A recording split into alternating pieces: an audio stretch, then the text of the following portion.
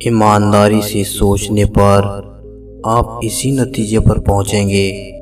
हम सभी दूसरों से कुछ न कुछ चाहते हैं। हम दूसरों से सद्भावना और मित्रता चाहते हैं।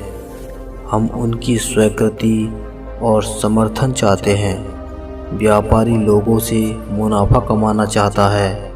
पति पत्नी एक दूसरे से प्रेम और स्नेह चाहते हैं। अभिभावक चाहते हैं कि बच्चे उनका कहना माने। बच्चे अपने माता पिता से सुरक्षा और प्रेम चाहते हैं। सेल्समैन लोगों से कागज पर दस्तखत कराना चाहता है। अधिकारी अपने कर्मचारियों से वफादारी, उत्पादकता और सहयोग चाहता है। कर्मचारी बॉस से अपने काम के लिए श्रेय और प्रशंसा चाहता है। हर आम व्यक्ति सफलता और खुशी चाहता है। क्या आपने कभी यह सोचा है कि दरअसल हमारी सफलता या खुशी में दूसरे लोग बहुत महत्वपूर्ण भूमिका निभाते हैं? जी हाँ, यह सच है। हमारी सफलता काफ़ी हद तक दूसरों के साथ हमारे व्यवहार पर ही आधारित होती है, और आपकी खुशी की परिभाषा चाहे जो हो, थोड़ा सा सोचने पर भी आप यह मानने पर मजबूर हो जाएंगे कि आपकी खुशी भी काफ़ी हद तक इस बात पर निर्भर करती है कि दूसरों के साथ आपके संबंध कैसे हैं। हमें इस बात के लिए शर्मिंदा होने की कोई ज़रूरत नहीं है कि हम दूसरों से कुछ चाहते हैं। हमें इस बात के लिए भी शर्मिंदा होने की कोई ज़रूरत नहीं है कि हम लोग व्यवहार में सफल होना चाहते हैं। इसके बजाय आइए इस बारे में खुलकर बात करते हैं कि आप दूसरों से जो पाना चाहते हैं उसे कैसे हासिल कर सकते हैं। मैं आपको कोई अति आशावादी शब्दबाग नहीं दिखाऊंगा कि लोगों को कैसे काम करना चाहिए, और न ही कोई पैंतरेबाजी या चालबाजी सिखाऊंगा जिसके जरिए आप अपनी इच्छाओं का दमन करके सबको खुश करें। कहा गया है कि ज्ञान ही शक्ति है, लेकिन यह ज्ञान कोरा सैद्धांतिक नहीं होना चाहिए। मानव स्वभाव कैसा होना चाहिए यह उतना महत्वपूर्ण नहीं है। ज़्यादा महत्वपूर्ण तो यह है कि मानव स्वभाव कैसा है, क्योंकि वास्तविक मानव स्वभाव के ज्ञान से ही आप दूसरों से अपनी मनचाही चीज़ हासिल कर सकते हैं। हजारों लोग जानते हैं कि वे दूसरे लोगों से कुछ न कुछ चाहते हैं, लेकिन वे अपनी मनचाही चीज़ हासिल करने से इसलिए चूक जाते हैं क्योंकि वे सोचते हैं कि अपनी इच्छाएं पूरी करना तो स्वार्थ की निशानी है। सहज बोध उन्हें बताता है कि खुशी और सफलता हासिल करने के लिए यह ज़रूरी है कि किसी अन्य व्यक्ति से थोड़ी सफलता या खुशी छीन ली जाए। देखिए, एक बात साफ कर लें, सफल मानव संबंधों का अर्थ है कि आप अपनी मनचाही चीज़ पाने के बदले सामने वाले को उसकी मनचाही चीज़ दें। लोक व्यवहार का कोई दूसरा तरीका कारगर हो ही नहीं सकता। जो व्यक्ति दूसरों से अपनी मनचाही चीज़ें तो ले लेता है, लेकिन बदले में कुछ नहीं देता या कुछ नहीं देना चाहता, उसे मानव संबंधों पर पुस्तक पढ़ने की कोई ज़रूरत नहीं है। कोई भी व्यक्ति परिपूर्ण नहीं होता। हम सभी को ऐसी चीज़ों की ज़रूरत होती है जो दूसरे हमें दे सकते हैं। आपके पास कुछ ऐसी चीज़ें होती हैं जिनकी दूसरों को ज़रूरत है। लोगों के साथ हमारा सारा व्यवहार इन ज़रूरतों पर ही निर्भर होता है। हम दूसरों के साथ केवल 3 बुनियादी तरीक़ों से व्यवहार करते हैं। आपको सामने वाले से जो चीज़ चाहिए, आप उसे शक्ति, धमकी, दबाव या चालाकी से हत्या सकते हैं। देखिए, इस श्रेणी में अपराधी तो आते ही हैं, साथ ही कई सम्माननीय लोग भी होते हैं जो बहुत बारीकी से इस तरीके का इस्तेमाल करते हैं। आप लोग व्यवहार के भिक्षु बन सकते हैं। ज़्यादा संभावना इस बात की है कि असफल व्यक्ति के बजाय श्रीमंत व्यक्ति अपने साथियों को ज़्यादा लाभ पहुंचाएगा। इसी तरह इस बात की भी ज़्यादा संभावना है कि कुंठित इच्छाओं वाले व्यक्ति के बजाय संतुष्टि व्यक्ति दूसरों की इच्छाओं के प्रति ज़्यादा उदार और सहिष्णु होगा, जिसकी तार्किक इच्छाएं पूरी हो चुकी हैं। संसार के अधिकांश कष्टों और दुखों के कारण वे होते हैं कि जो खुद को दुखी और कुंठित करके आप दूसरों का जितना बुरा करते हैं उतना किसी दूसरे तरीके से नहीं कर सकते। सफल संबंधों का रहस्य यह है कि इस बात का ज़्यादा से ज़्यादा ज्ञान हासिल किया जाए कि मानव स्वभाव कैसा है, मानव स्वभाव को कैसा होना चाहिए। यह सीखना उतना आवश्यक नहीं है। जब हम यह जान लेते हैं कि हमारे सामने क्या है, तभी हम उससे सफलतापूर्वक निपट सकते हैं। तो आइए मानव स्वभाव पर एक नज़र डालते हैं। आइए देखते हैं कि दूसरे लोग सचमुच क्या चाहते हैं। यह पता लगाते हैं कि मानव स्वभाव के खिलाफ काम करने के बजाय उसके साथ मिलकर काम कैसे किया जाए। हमें यह पता चलेगा कि शायद संसार की बड़ी समस्या यह नहीं है कि लोग गलत प्रकार के हैं। बड़ी समस्या तो यह है कि हम प्राय अपने साथी इंसानों की भूख को नज़रअंदाज कर देते हैं। आपको यह पाकर सुखद आश्चर्य होगा कि मानव स्वभाव को दरअसल घटिया या आदर्श मानने की ज़रूरत नहीं है। हमें तो इसे जस का तस स्वीकार करना चाहिए। जब ईश्वर ने इंसान को बनाया था तब वह जानता था कि वह क्या कर रहा है। जब भी कोई मानव स्वभाव की बेहिसाब आलोचना करता है और अपनी मुश्किलों के लिए संपूर्ण मानव जाति को बुरा भला कहता है की बात याद आ जाती है। क्या तुमने कभी इस बात पर गौर किया है कि औसत टाइपिस्ट की टाइपराइटर को दोष देती है और कमज़ोर गोल्फ खिलाड़ी ही खराब शॉट का दोष हमेशा अपनी घटिया गोल्फ क्लब को देता है। आप हमेशा पाएंगे कि जो लोग व्यवहार में सबसे कम निपुण होते हैं वही हमेशा मानव स्वभाव को कोसते रहते हैं और भी अपनी तमाम मुश्किलों का दोष दूसरों के खराब स्वभाव पर मढ़ते हैं। दूसरों के साथ व्यवहार करते समय बहुत से लोगों में आत्मविश्वास की कमी क्यों होती है? इसका एक बड़ा कारण यह है कि वे दरअसल यह समझते ही नहीं है कि जिन लोगों से वे व्यवहार कर रहे हैं वे कैसे हैं। अनजान चीज़ों और व्यक्तियों से निपटते समय हम हमेशा अनिश्चित होते हैं और हम में आत्मविश्वास की कमी होती है।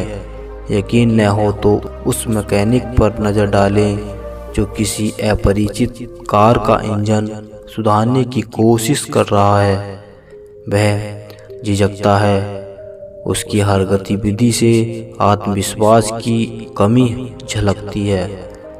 दूसरी ओर एक निपुण मैकेनिक को देखें जो उस इंजन पर काम कर रहा है जिसके बारे में उसे पूरी जानकारी है।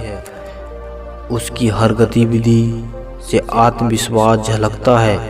यही हमारे सामने आने वाली हर चीज़ के बारे में सच है। हम किसी चीज़ के बारे में जितना ज़्यादा जानते हैं उसके साथ काम करते समय हम में उतनी ही ज़्यादा आत्मविश्वास होगा। यह अच्छी तरह याद रखें कि मानव संबंधों पर कुछ नियम रट लेने या फॉर्मूले की तरह दोहराने से आप में लोक व्यवहार का आत्मविश्वास नहीं आ जाएगा। आत्मविश्वास तो तभी आएगा जब आप मानव स्वभाव को समझ लेंगे और मानव व्यवहार के पीछे के बुनियादी सिद्धांतों को जान लेंगे। एक बार जब आप यह समझ लेंगे कि लोग जैसा व्यवहार करते हैं उसके पीछे क्या कारण है, तो आप में लोक व्यवहार के प्रति आत्मविश्वास स्वतः ही आ जाएगा। हम सभी जीवन में दो चीजें चाहते हैं, सफलता और खुशी। हम सभी भिन्न भिन्न होते हैं सफलता का। आपका विचार सफलता के मेरे विचार से अलग हो सकता है, लेकिन अगर हम सफल या खुश होना चाहते हैं तो इसके लिए हमें एक बड़े पहलू से सफलतापूर्वक निपटने की ज़रूरत होती है। यह बड़ा पहलू हर क्षेत्र के लिए समान होता है।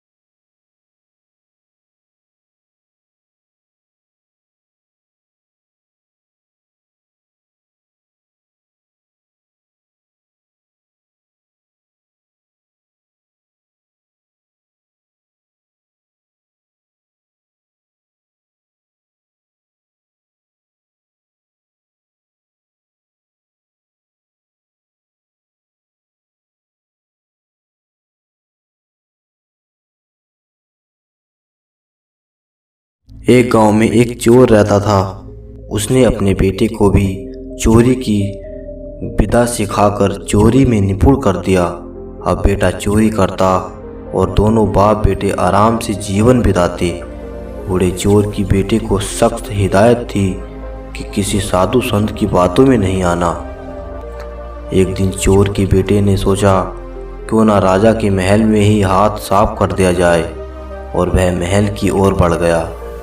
थोड़ी दूर ही जाने पर उसने देखा कि एक बहुत बड़े महात्मा का प्रवचन चल रहा है। पिता ने मना किया है कि ये सोचकर वह कानों में उंगली डालकर वहाँ से भागने लगा। भागते भागते जैसे ही वह भीड़ के निकट पहुँचा, एक पत्थर से टकराकर नीचे गिर गया। तभी महात्मा जी की आवाज़ उसके कानों में पड़ी, कभी झूठ नहीं बोलना चाहिए। जिसका नमक खाओ उसका कभी बुरा मत सोचो।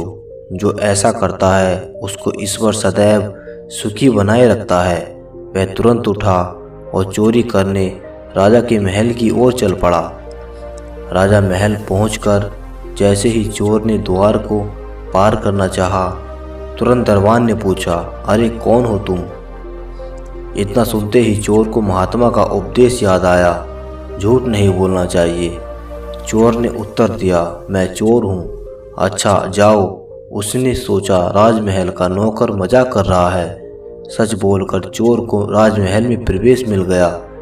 चोर एक कमरे में घुसा। वहाँ उसने ढेर सारा पैसा और जेवर देखा। उसने एक थैले में सब धन भर लिया और दूसरे कमरे में घुस गया। वहाँ अनेक प्रकार का भोजन रखा था। वह खाना खाने लगा। खाना खाने के बाद वह थैला उठाकर चलने लगा कि तभी फिर महात्मा का उपदेश याद आया, जिसका नमक खाओ उसका बुरा मत सोचो। उसने सोचा खाने में नमक भी था, अतः मुझे राजा का बुरा नहीं सोचना चाहिए। इतना सोचकर वह वापस चल पड़ा। पहरेदार ने फिर पूछा, क्या हुआ, चोरी क्यों नहीं की? चोर ने कहा, जिसका नमक खाओ उसके यहाँ चोरी नहीं करते, इसीलिए सारा धन रसोई घर में छोड़ आया। तभी रसोइये की आवाज़ आई, चोर पकड़ो पकड़ो। तो दरबार ने चोर को दबोच लिया और राजा के सामने पेश किया।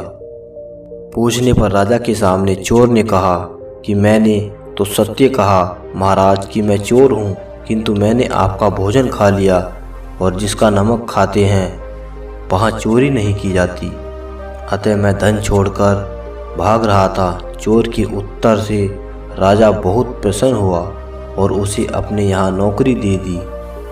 चोर ने अपने पिता से कहा, देखिए पिताजी, महात्मा जी की बात मानने के कारण ही आज मुझे दरबार में नौकरी मिली। महात्माओं के प्रवचन से सभी का कल्याण होता है। दोस्तों, कल की चिंता न करें, जो करना है आज करें। इसके आधार पर एक स्टोरी बताते हैं। एक सेठ अपने गांव का सबसे धनवान व्यक्ति हुआ करता था। दिन भर खूब मेहनत से काम करता, लेकिन एक दिन ऐसा आया जब उसने अपने मुनीम को बुलाकर अपनी आज तक की कमाई का हिसाब मांगा। कुछ दिन बाद वो मुनीम सेठ जी की सारी कमाई का हिसाब लेकर आया और बोला कि जिस तरह हिसाब से आज खर्चा हो रहा है, उस तरह अगर आज से कोई कमाई न भी हो, आपकी 7 पीढ़ियां आराम से अपना जीवन जी सकती हैं। ऐसा सुनकर हर इंसान को एक अलग ही खुशी महसूस होती है, लेकिन दूसरी तरफ सेठ जी ये सुनकर चिंता में पड़ गए। ऐसा सुनकर उन्हें अपनी 8वीं पीढ़ी की चिंता सताने लगी। देखते ही देखते सेठ जी चिंता की वजह से बीमार भी रहने लगे। उनका स्वास्थ्य हर दिन बिगड़ता ही जा रहा था, और ये सब अगर हो रहा था तो उसकी वजह थी 8वीं पीढ़ी की चिंता। तभी एक दिन सेठ जी के पास उनका एक दोस्त मिलने आया। सेठ जी की हालत देखकर उसने उन्हें एक उपाय बताया और एक पंडित को खाना खिलाने के लिए बोला।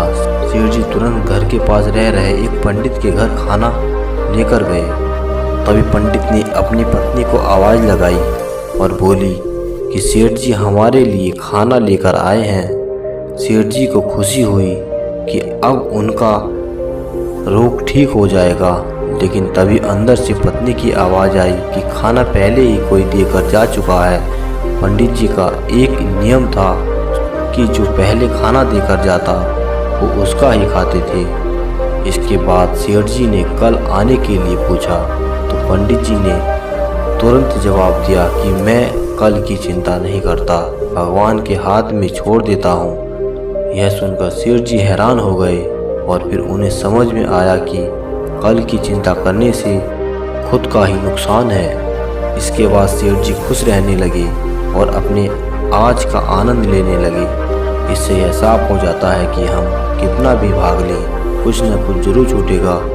इसलिए कल की चिंता ना करें और अपने आज का आनंद लें।